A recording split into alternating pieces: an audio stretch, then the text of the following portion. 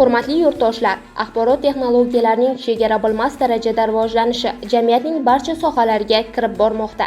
Bu esa ma'lumotlar almashinuvi va ish jarayonlarini sezilarli darajada tezlashtirishi ijobiy tavsiflanadi.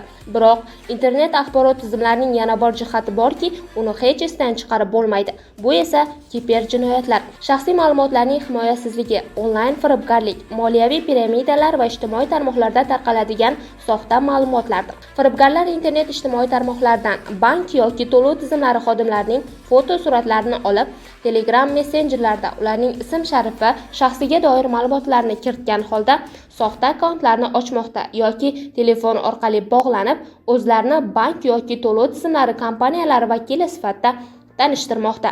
Garchi sizda mamlakatimiz aloqa kompaniyalariga tegishli raqam ko'rinsa-da, aslida bu boshqa mamlakat hududidan turib amalga oshirilayotgan fake raqamlardir. Bu firibgarlar soxta akkaunt orqali fuqarolar bilan Telegramda muloqot qilib, ularga turli xildagi internet ochiq manbalardan olingan hujjatlarni va rasmlarni yuborib, ishonchiga kirishadi. Bundan tashqari telefon orqali aloqaga chiqib, fuqaroga sizni bankimizga qo'ygan pullaringizga kiberhujum bo'lmoqda.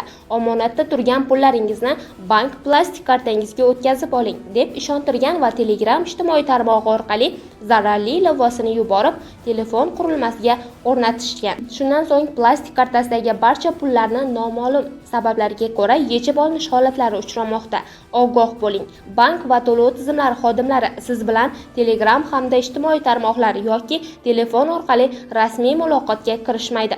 Bunday vaziyatda sizga muloqotga chiqqan shaxsning telefon raqami, manzilini so'rang va uchrashishni talab eting. Ularning aldoviga tushib qolmang. Eng muhimi, bank kartalari bilan bog'liq mavzuda ular bilan suhbatlashmang. Kodlaringizni hech kimga bermang.